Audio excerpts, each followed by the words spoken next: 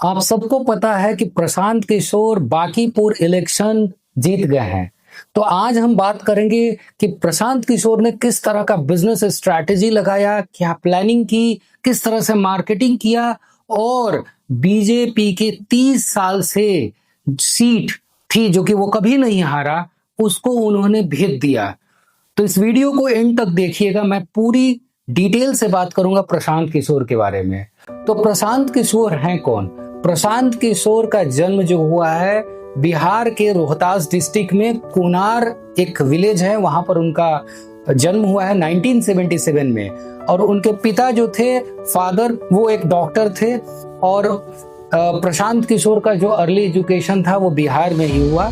बिहार के बाद उन्होंने जाके हायर एजुकेशन हैदराबाद से किया। उसके बाद वो यूएस में रहे और उसके बाद वो पॉलिटिकल स्ट्रैटेजिस्ट बन गए। 2014 में नरेंद्र मोदी का जो पूरा मार्केटिंग स्ट्रैटेजी और प्रॉपर प्लानिंग था मार्केटिंग का, प्रशांत किशोर ने ही किया था।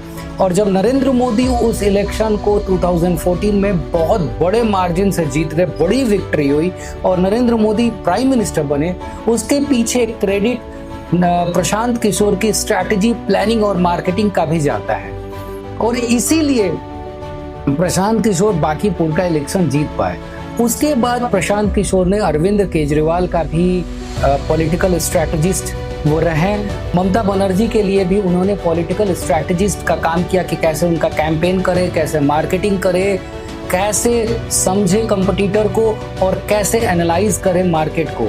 और वो जो काम करते हैं वो कंप्लीट डेटा पर काम करते हैं कि अगर मान लीजिए कि आप ममता बनर्जी की पार्टी है और उनका कंपटीटर बीजेपी है, तो बीजेपी का मार्केटिंग क्या है उसको समझना डीपली, और वहाँ के जो यूजर्स है, मतलब वहाँ के जो लोग हैं, उनका थॉट प्रोसेस क्या है, उनके पेन्स क्या है, उनकी क्या प्रॉब्लम्स है, रूट से समझना और उनके प्रॉब्लम्स को, उनके कंपटीटर्स के प्रॉब्लम्स को बहुत डीपर लेवल में समझ के उसी अकॉर्डिंग कैंपेन करना, उसी तरह मार्केटिंग करना, उसी तरह का मैसेज लोगों को पहुंचाना।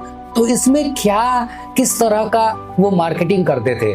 मार्केटिंग हो गया जैसे कि बैनर मार्केटिंग हो गया, होर्डिंग्स की मार्केटिंग हो गई, टी शर्ट्स या कैप पर मार्केटिंग करना, डिजिटल मार्केटिंग का हेल्प करना, यानी कि यूट्यूब के थ्रू, फेसबुक के थ्रू, इंस्टाग्राम के थ्रू, गूगल एड्स और फेसबुक एड्स के थ्रू लोगों तक मैसेज पहुंचाना, लोगों को व्हाट्सएप मार्केटिंग करना, लोगों को डायरेक्ट फोन पर कॉल जाना। ममता बनर्जी को भारी मतों से जीता है। तो ये तो मैं सिंपल मैसेज दे रहा हूँ, लेकिन उन्होंने इस मार्केट को बहुत डीपर लेवल में समझा और बड़े बड़े पॉलिटिकल खिलाड़ी लोगों को उन्होंने जिताया है। अरविंद केजरीवाल हो गए, नरेंद्र मोदी हो गए, विजय सेतुपति हो गए, ममता बनर्जी हो गई।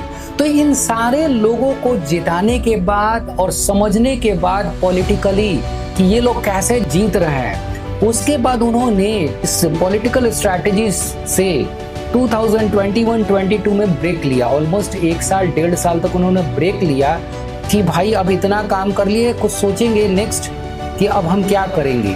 तो उन्होंने बहुत ब्रेक लिया और इस बीच में बहुत स्टडी किया, बिहार को समझा और देखा कि भाई बड़े बड़े लोगों को जिता रहा हूँ। और अगर अपने स्टेट बिहार की देखूं तो बिहार में कोई भी काम का लोग नहीं है।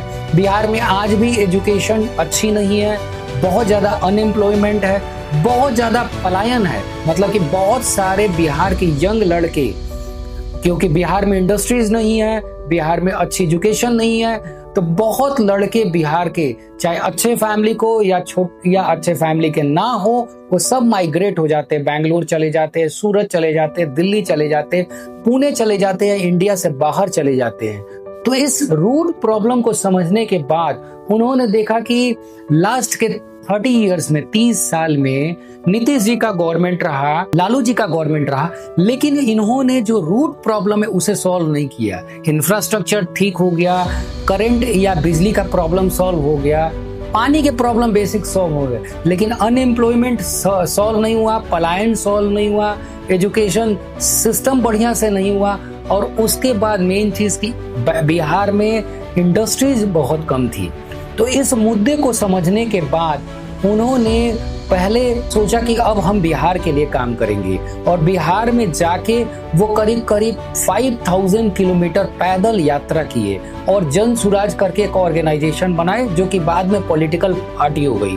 और पैदल यात्रा में वो चाय वाले, पान वाले, गरीब, अमीर गांव गांव जाके उन्होंने समझा कि यह रूट कॉज, रूट पेन क्या है बिहार को, और बिहार को जमीनी स्तर पर समझने के बाद उन्होंने जन स्वराज पार्टी स्टार्ट की। और उनका स्ट्रैटेजी बाकी लोगों से एकदम अलग था।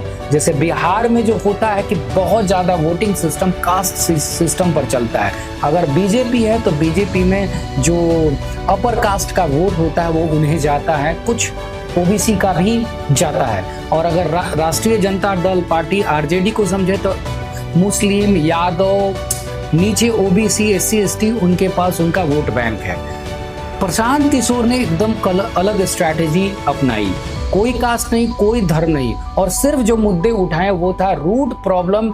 लोगों में गरीबी क्यों है, एजुकेशन की कमी है, लोग यहाँ से पलायन हो रहे हैं, इंडस्ट्री नहीं है। तो ये उन्होंने रूट प्रॉब्लम को पकड़ा और सिर्फ एक और एक यही मुद्दा पकड़ के ग्राउंड लेवल पर उन्होंने काम किया, लोगों के प्रॉब्लम को बारीक से समझा। और जो उनके कंपटीटर हैं, जो कि बीजेपी सत्ता में ऑलरेडी बैठी हुई है और आरजेडी जो अपोजिट में बैठी है, उनके स्ट्रैटेजी, उनकी मार्केटिंग, उनकी प्लानिंग, और वो क्यों लोगों के प्रॉब्लम्स को सॉल्व रूट से नहीं कर पा रहे उसको समझा।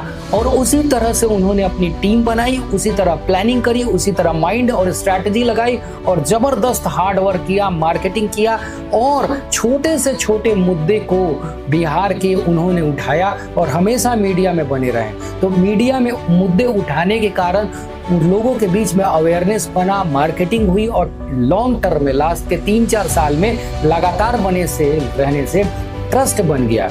और इसी तरह उन्होंने बांकीपुर में बीजेपी की जो 30 साल पुरानी विनिंग सीट थी उसको ब्रेक कर दिया और अच्छे मार्जिन से, करीब 19,000 मार्जिन से जीत पाए। तो इससे क्या लर्निंग हम ले सकते हैं? प्रशांत किशोर के मार्केटिंग बिजनेस स्ट्रैटेजी से क्या हम सीख सकते हैं कि भैया एक बार में एक ही काम कीजिए और पूरे लगन से घुस जाइए। दूसरा, आप जो कस्टमर है या लोग हैं जिसके लिए आप बिजनेस या मार्केटिंग कर रहे हैं उनको भी प्रॉपर समझिए। जब तक उनको नहीं समझिएगा, उनके प्रॉब्लम्स को सॉल्व नहीं कीजिएगा, उनको रिजल्ट या आउटकम नहीं दीजिएगा, आपका मार्केटिंग भी फेल होगा। कुछ लोग आएंगे फिर बाद में चले जाएंगे। उसके बाद आप जबरदस्त मार्केटिंग कीजिए और तब जाके आप कुछ बड़ा कर सकते हैं। तो अगर ये वीडियो आपको अच्छी लगी तो मेरे इस वीडियो को आप लाइक कीजिए, शेयर कीजिए, कमेंट कीजिए और YouTube चैनल को सब्सक्राइब कीजिए। मिलते हैं नेक्स्ट वीडियो में, तब तक के लिए थैंक यू।